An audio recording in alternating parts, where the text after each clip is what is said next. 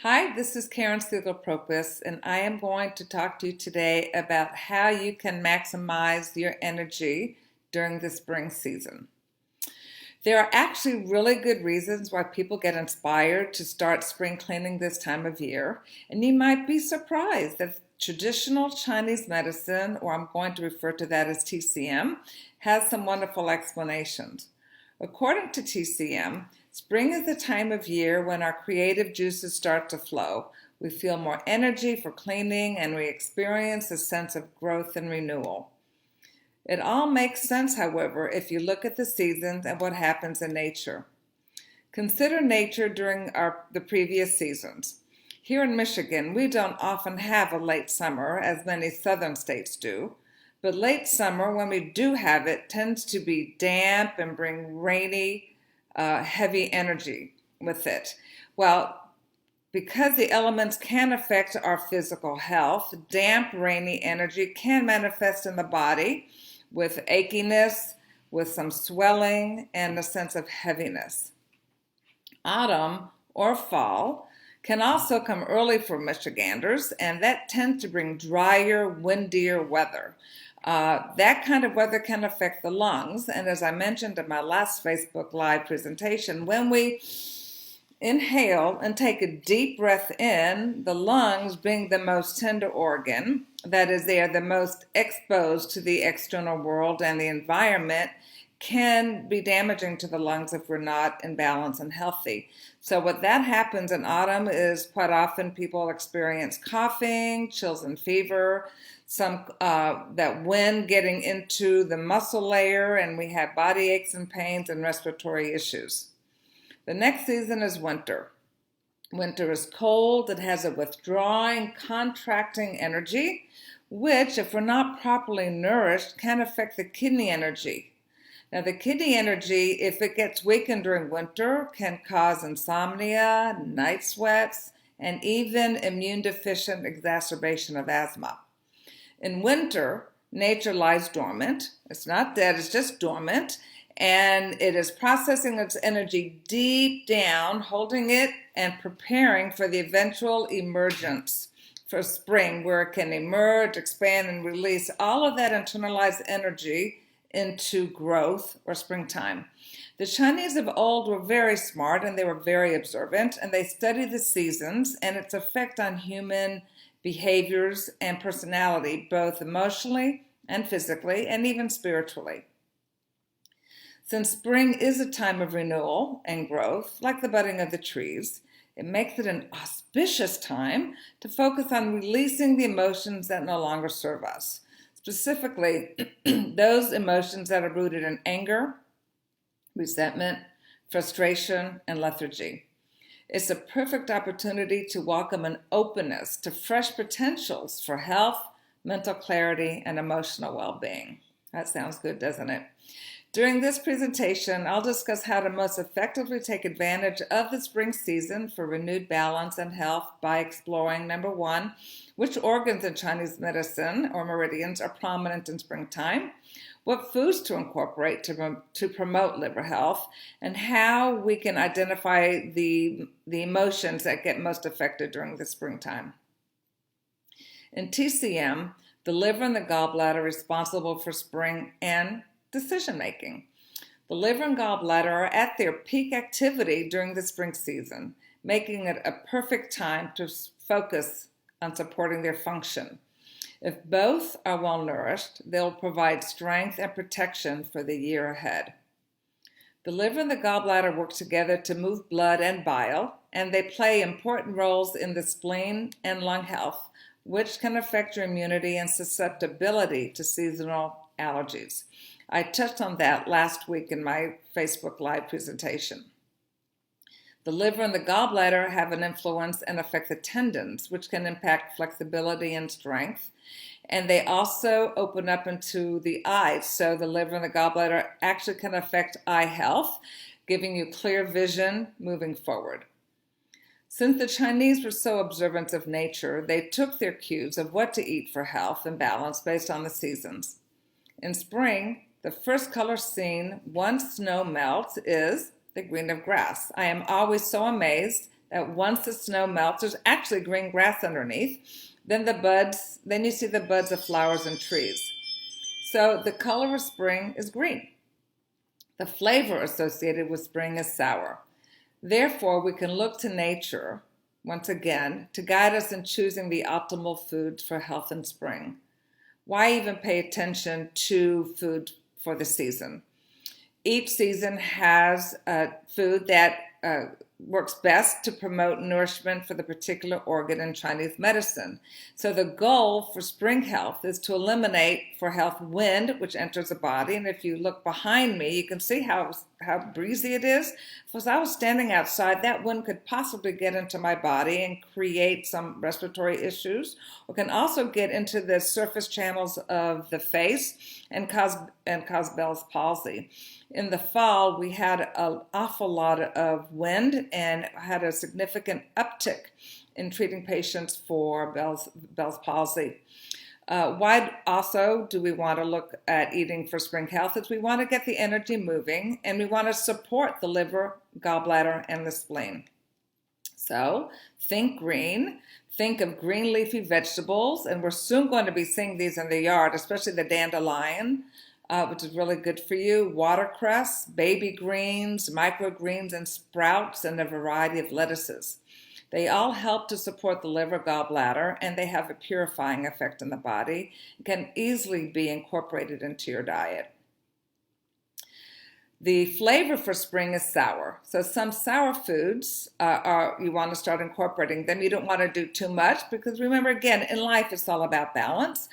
But incorporating some sour foods or beverages can help the liver move bile, especially when taken warm first thing in the morning. You can do lemon water or apple cider vinegar. I keep a pretty large pitcher of filtered water on my kitchen counter. I keep it room temperature, and I squeeze 2 or 3 lemons or limes into it. And when I buy mint, I actually add mint to the water as well. And I have a tall glass of this lemon mint or lime mint water every morning before I have my first cup of coffee. I feel like I'm putting something clean and fresh and into my body. It's a good way to just start the day. Since spring can still have cool days, and I see it really as a transitional season between winter and summer, it's good to continue eating some warm cooked foods and beverages while also beginning to incorporate some of the greens I mentioned earlier. However, it's really not recommended or advisable to eat a lot of higher fat, heavy, greasy foods because it can weaken the liver by having to process the fat. If it becomes weakened and imbalanced, it won't be able to optimally do its job of circulating energy and blood through the body. When this function is weakened, it's easy to feel sluggish, and the emotional response to that is to feel emotionally frustrated and angry. These emotions can affect the digestive process. They can lead to frequent indigestion, gas, and often a bitter taste in your mouth. If you wake up, you have a bitter or metallic taste in your mouth, then you have some liver energy imbalance going on, too much liver energy.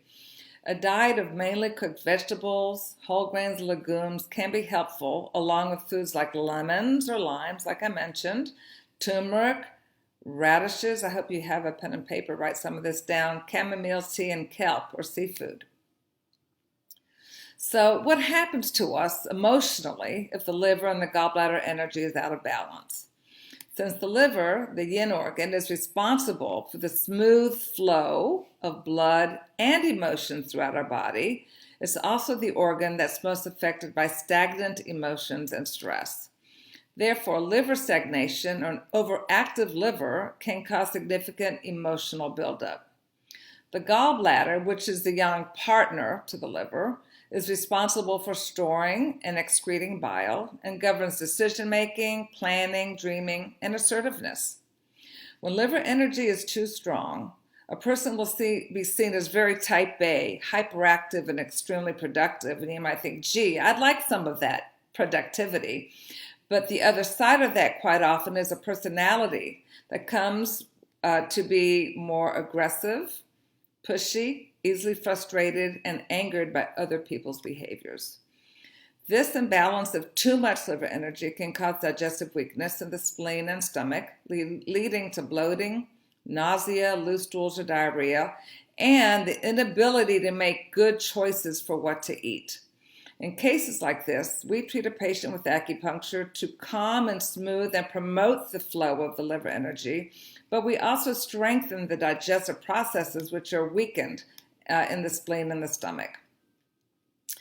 In a treatment session, we would also advise on perhaps a herbal formula and some dietary suggestions, such as avoiding too many sour foods and eating more pungent foods. If your liver energy is really strong, you cut back on the sour and you eat more pungent foods like mint, onions, ginger, horseradish, chamomile, and black pepper.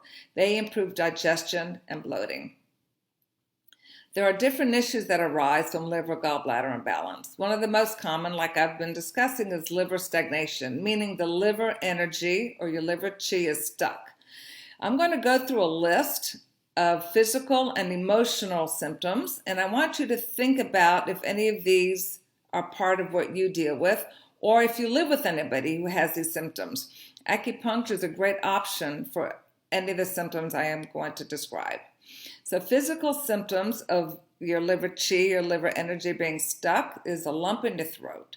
The Chinese call that plum pit chi. They're very symbolic in their explanation of things.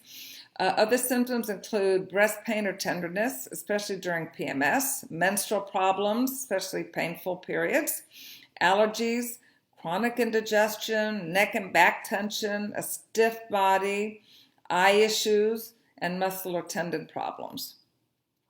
Emotional signs of too much energy or liver chi stagnation includes having a sense of feeling like you're being held back, emotional repression, anger, frustration, resentment, feeling impatient a lot, and edginess, like you're just on the edge, like you're gonna pop, depression, moodiness, impulsiveness, poor judgment, difficulty making decisions, mental rigidity, and negativity. Now, those can't feel good if you live with that on a regular basis, and they can feel just as bad if you live with somebody who has those behaviors and frustrations on a regular basis. The good news is, and in contrast, and more importantly, is that the emotional signs of health and liver gallbladder chi can feel great. So the symptoms of a healthy liver gallbladder energy flow include a forgiving spirit, feeling a sense of assertiveness and ability to make decisions, being even-tempered, kind of go with the flow. I take an herb called Easy Wanderer, and as the name implies, Easy Wanderer, go with the flow. It's great for smoothing out that liver chi stagnation. Other emotional benefits to having a liver gallbladder being a balance is a sense of feeling fulfilled and ability to experience contentment. Being able to let in happiness and joy, feeling inspired and passionate, and a willingness to let stuff go. We have to think, what good is hanging on to stuff? We need to let things go. We need to move on. So those signs of balance sound pretty good, don't they? Yeah, I think so. And while we're sheltering at home, it's even more of a challenge to do things that can help us feel productive and to stay in balance. We're all pretty stressed out being homebound and limited in our ability to live our normal lives. And I imagine that liver chi stagnation is pretty rampant right now for those having a really hard time embracing what we can't control. There's so much that we can't control, but even more so now with the government deciding what we can and can't do. It's really frustrating, and it's for our own benefit, of course, but it doesn't mean that it's not frustrating. So here are a few suggestions to help with stress. Luckily, the weather's been nicer, and we've been able to get outside. So getting outside and getting fresh air, I just think, is one of the most important things we can do to relieve stress. You can exercise, you can meditate outdoors also. It's a great way to clear the mechanism. Increase your movement. Start an exercise program of walking, dancing. You can do that in your living room if you can't go outside. You can listen to my colleague Monica. She did a live Facebook presentation on Qigong. You can do a yoga video and do it at home. You can do these either outside or at home. All of these you can do using videos today. You can get your hands dirty and connect with the earth. Even though we can't go to nurseries and get our seeds and plants, we can start preparing our beds for that when we're able to go out and congregate again. What I like to do when I go for a walk and I go outside is I really like to try and listen to the birds singing. I like to look to see what plants are budding. I feel like every day as I'm walking, there's always a new plant that's beginning to grow, and it changes from day to day, and I like to observe that. I also think a great thing we can do for stress is stay in touch with our friends. And I'm not talking by texting, I'm talking by calling, speak to somebody, reach out, hear their voice, and try and find reasons to laugh. I have a philosophy is that when the going gets tough, we get laughing. Laughing is a deep belly laugh is a great way to get your endorphins flowing, to make you feel better. It's good for depression. Obviously, a lot of people are doing a lot of spring cleaning right now because they have nothing else to do while they're sheltered at home. But you can try something new and different. You can try a new recipe. You can try doing a puzzle that you have never done before. You can build things. I've seen so much creativity on Facebook during this time of sheltering, and it's been amazing how the creative has come out in people. Forgive as much and as often as you can. And that's a lot about letting go of things. You know, if you can forgive, your heart is going to be so much more at peace. Be spontaneous, rev up a sense of adventure. Think about what you might do when you can go out and go into public again. Check off things on the to-do list and walk barefoot to get grounded and to reconnect with the season. Jennifer, our cranial sacral therapist, is going to be touching on that on her next Facebook Live presentation, so look for that. So to summarize, the best way to get healthy and to promote health in the spring season is to focus your attention on liver, gallbladder, and with respect to diet, stress, and lifestyle. Keep warm and protect yourself from the wind. A light coat and scarf will do the trick in most climates. And right now it's been really windy in Michigan. Focus on green, sour, and seasonal foods to help support your liver, gallbladder health. Allow your awareness to be more emotionally flexible. Take a look at where you're just rigid, you're not willing to change, you're not open to suggestions. So think of emotional flexibility. And schedule an appointment with us. Even though we're not seeing patients in the clinic, we are doing telesupport sessions. So you can call us at the clinic at 248-737-7126. But in reality, spring cleaning really does start from within. If you would prefer to experience more of the benefits of liver, gallbladder health, now is a great time to start thinking about taking advantage of the spring season to make some purposeful, emotional, and personal changes. I would usually suggest you run, not walk, to come see me or any of my colleagues at the clinic. But until we are able to start seeing patients again, we can and are scheduling free 15-minute consultations to hear where you are, see how you're feeling, and we can make some suggestions with acupressure, diet, lifestyle, and even some herbal formulas we can send to you. It will at least give you a sense of productivity in just making the call, knowing that you're taking a step to promote your own health and well-being as we move forward in this season of spring. So I hope you have found this helpful. If you have any questions and you feel like you really want to talk to any one of us personally, do call our clinic at 248-737-7127. I think that's the number. I hope I got it right. We are Michigan Associates of Acupuncture and Integrated Medicine, and we look forward to seeing you in person as soon as possible. In the meantime, take good care of yourselves. Bye.